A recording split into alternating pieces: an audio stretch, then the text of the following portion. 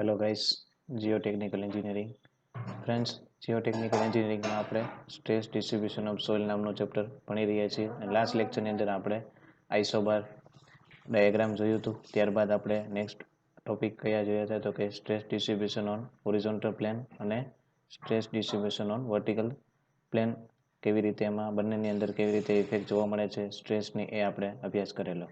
આજના લેક્ચરની અંદર આપણે જે એક્ઝામ્પલ માટે અગત્યની ફોર્મ્યુલા છે કે કઈ ફોર્મ્યુલા આપણે એક્ઝામ્પલ જો કેલ્ક્યુલેટ કરવાનો થાય તો એના માટે કઈ યુઝ થાય છે એના વિશે અને એક આપણે ડેરિવેશન જોવાનું છે. તો ચાલો શરૂઆત કરીએ. આજનો આપણો ફર્સ્ટ ટોપિક છે vertical stresses due to line load. આગળના લેક્ચરમાં આપણે જોયું હતું, પ્રીવિયસ લેક્ચરમાં, કે વર્ટિકલ સ્ટ્રેસીસ છે એ કેના ઉપર લાગતી હોય તો કે વર્ટિકલ પ્લેનમાં અથવા તો હોરિઝોન્ટલ પ્લેનમાં. તો આમાં વર્ટિકલ સ્ટ્રેસ આપણે લાઇન લોડ ઉપર કેવી રીતે બિહેવિયર કરશે તો એના વિશે આપણે જોવાનું છે. The vertical stress in a soil mass due to vertical line load can be obtained using Bojic's solution. Vertical stresses છે સોઇલ માસની અંદર આપણે જે એ શેનાથી આપણે ડિટરમાઇન કરી શકીએ તો કે બોજિક્સનું સોલ્યુશન આપણે આપણા મીન્સ કે આ ચેપ્ટરના સેકન્ડ લેક્ચરની અંદર આપણે અભ્યાસ કર્યો હતો, એની મદદથી આપણે આને ડિટરમાઇન કરી શકીએ છીએ. Let the vertical line load be of intensity Q per unit length along y-axis acting on the surface of a semi-infinite soil mass as shown in figure. ફિગરની ઉપર આપણે જોતા જ ખબર પડે છે કે Q નામનો જે લોડ છે, એક લાઇન લોડ લાગે છે. રેડી? અને કઈ એક્સિસમાં તો કે વાય એક્સિસમાં. નીચે આપણે એની ફિગર આપેલી છે, એમાં તમે ઇઝીલી જોઈ શકો છો. ફિગરનું નામ શું છે? Line load acting in the surface of semi infinite elastic soil mass. પછી એમાં નેક્સ્ટ છે consider a small dy of the line load. એ કન્સિડર આપણે કરવાનું ડીવાય ને લાઇન લોડ તરીકે. The load can be taken as the point of q dash and dy, q dash into dy, and Bojic's solution can be applied to determine the vertical stress at P XY Z from equation. એટલે કે Bojic'નું જે equation હતું એમાં આપણે value બધી put up કરીએ તો શું આવશે તો કે D sigma is equal two 3 into bracket sigma dash Q dash into dy upon 2 pi into z cube upon r square plus z square, પછી બધાનો આખો હોલ સ્ક્વેર કેટલો આવશે 5/2. નેક્સ્ટ પોઈન્ટ છે એમાં the vertical stress at P due to line load extending from epsilon to the epsilon અથવા તો infinite to infinite is obtained by integration. હવે તમારે મેથ્સ 3 ની અંદર તમારે ઇન્ટિગ્રેશન ને ડેરિવેશન આવતું હશે, એટલે એની અંદર આપણે આ ફોર્મ્યુલાનો આપણે યુઝ કરીને એની અંદર એક ઇક્વેશન આવે છે, એના ઉપરથી આપણે કરેલું છે ઇન્ટિગ્રેશન. તો કે sigma z is equal to 3-z³/2 into bracket પછી minus infinite to infinite dy upon x square plus y square plus z square raise to 5/2. એ ડેરિવેશન તમારે સમજવું હોય તો તમને મેથ્સ 3 આવડવું જોઈએ. એટલે એ શીખેલું હશે તો તમને આ ડેરિવેશન બધા ઇઝીલી સમજાશે, અથવા બધું બાઉન્સ થશે. Therefore, sigma z is equal to 3-z³/2 pi. પછી આપણે એનું ઇન્ટિગ્રેશનમાં આપણે 2 આપણે એને બહાર લઈએ તો 0 થી લઈને ઇન્ફાઇનાઇટની લિમિટ મૂકતા શું થશે dy by x square plus y square plus z square raise to 5/2. Substituting x square plus z square is equal to u square, એટલે કે જ્યાં એક્સ સ્ક્વેર ને ઝેડ સ્ક્વેરની જગ્યાએ આપણે શું મૂકવાનું રહેશે યુ સ્ક્વેર. તો એ મૂકતા શું ઇક્વેશન બનશે? કશો ફેર નહીં પડે, ખાલી જ્યાં એક્સ સ્ક્વેર ને ઝેડ સ્ક્વેર છે ત્યાં આપણે મૂકવાનું છે યુ સ્ક્વેર. એટલે શું આવશે તો કે therefore sigma z is equal to 3-z³/2 pi. 2 આપણે બહાર આવશે અને 0 થી લઈને ઇન્ફાઇનાઇટની લિમિટ આવશે. dy by u square plus y square raised to 5/2. Let y is equal to u tan theta, then dy is equal to y sec square theta dot d theta, and limits of integration being changed from theta is equal to 0 to theta by 5/2. એટલે શું કરવાનું છે કે y બરાબર આપણે શું મૂકવાની value u tan theta, અને dy બરાબર શું લેવાનું y sec square theta into d theta, અને લિમિટ આપણે ચેન્જ થઈ જશે. કેટલી થશે? 0 થી લઈને 5/2 જેટલી. એટલે therefore sigma z is equal to 3-z³/2 pi is equal to 2, તો બાર એમનેમ આવશે, એટલે કે 0 થી લઈને 5/2 આપણે, અને પછી આગળ જે રીતે આપણે વેલ્યુ પુટઅપ કરી દેવાની u into sec square theta into d theta upon u raised to 5 into sec 5 theta. ઘાત અને ઘાતાંકનો ત્યાં આપણે સરવાળો કરેલો છે એટલે આ રેસ ટુ 5 કરેલા છે. Therefore sigma z is equal to 3-z³/2 pi into bracket 2/u⁴ પછી limit 0 to π/2 cos cube theta into d theta. Let sin theta is equal to t.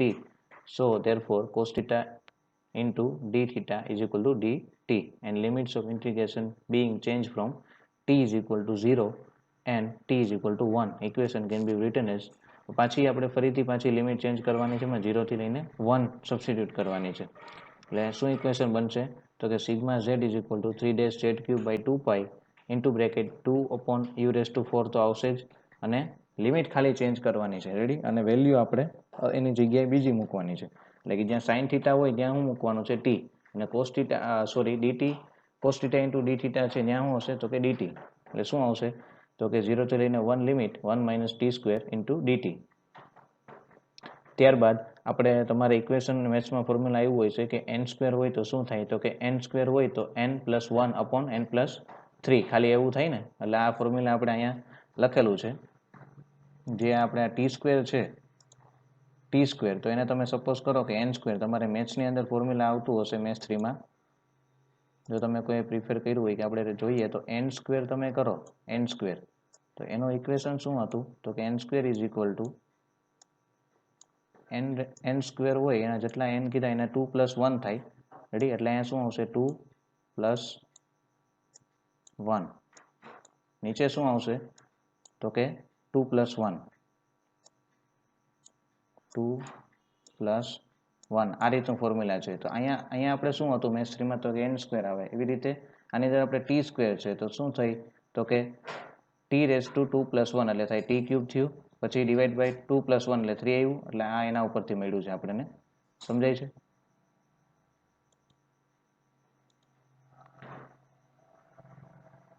અથવા તો આપણે એને બીજી રીતે જો વધારે આપણે સાદું રૂપ આપીએ તો શું બનશે? Sigma z is equal two 3-z³/2π u/2/u⁴ into 2/3. 2/3 ક્યાંથી આવ્યા? તો કે આપણે એની લિમિટ મૂકેલી છે ત્યાંથી. હવે અથવા તો આપણે વધારે જો બધું આપણે કેન્સલ કરી નાખીએ તો કે 3 કેન્સલ થઈ જાય. રેડી? એવી રીતે તો શું મળશે? તો કે 2-z³/u⁴ ઇન્ટુ π. જો ઇક્વેશન ડેરિવેશન બધા આ ડિફિકલ્ટ છે. અત્યાર સુધી આપણે આ ચેપ્ટરની અંદર બધા સિમ્પલ ડેરિવેશન આવ્યા હતા. આની અંદર તમારે પ્યોર મેથ્સ 3નો જ આખો યુઝ થયેલો છે. રેડી? તમને ઇન્ટિગ્રેશન અને ડેરિવેશન નહીં આવડતું હોય અને સિમ્પલ મેથ્સ જો તમને નહીં આવડતું હોય તો આ ડેરિવેશન તમને કોઈ દિવસ યાદ રહેવાના નથી. એટલે મેં તમને આ ચેપ્ટરમાં પહેલાં એડવાઇસ આપી હતી કે જો તમને ડેરિવેશન ના આવડે તો તમારે ફોર્મ્યુલા યાદ રાખી અને ફરજિયાત એક્ઝામ્પલની પ્રેક્ટિસ ચાલુ કરી દેવી જો પાસ થવું હોય તો. પછી વધારાનું એક ડિસ્ક્રિપ્શન કરેલું છે કે sigma z is equal two 2-πz 1/1 + x/2².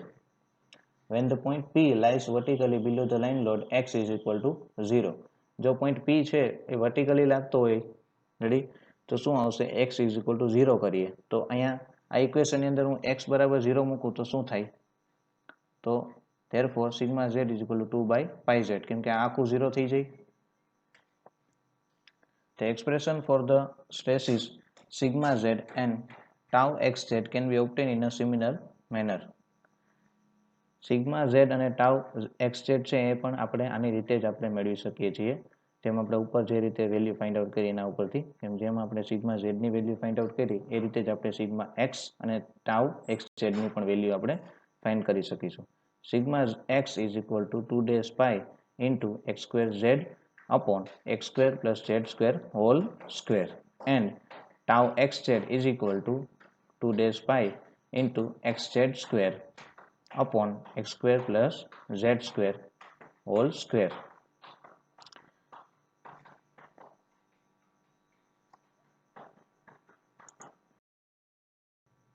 પછી નેક્સ્ટ ન્યૂ ટોપિક છે. રેડી? આપણે આનો કોઈ ડેરિવેશન યાદ રાખવાની જરૂરિયાત નથી. ખાલી તમારા ફોર્મ્યુલા તમને યાદ હશે તો તમે એક્ઝામ્પલમાં યુઝ કરી શકશો. એટલે મેં ખાલી તમને ફોર્મ્યુલા જ લીધેલી છે કે formula for vertical stresses under a circular area. જો આપણે સર્ક્યુલર એરિયા માટેનું ફાઇન્ડ આઉટ કરવાનું કહી વર્ટિકલ સ્ટ્રેસ, તેના માટેનું ઇક્વેશન શું છે? Sigma z is equal to q into 1 - into bracket 1/1 + r/z², પછી આખાનો 3/2.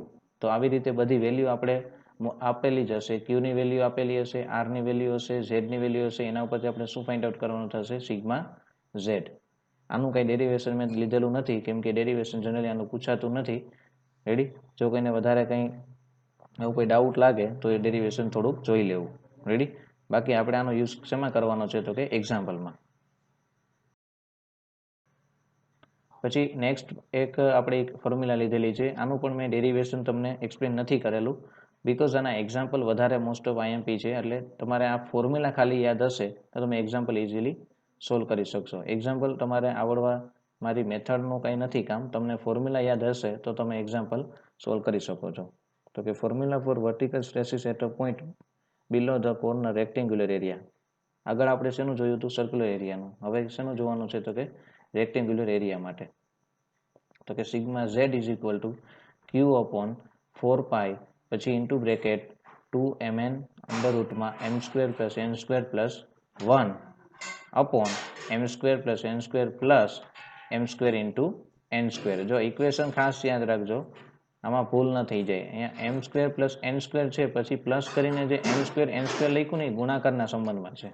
અહીંની વાત કરું છું.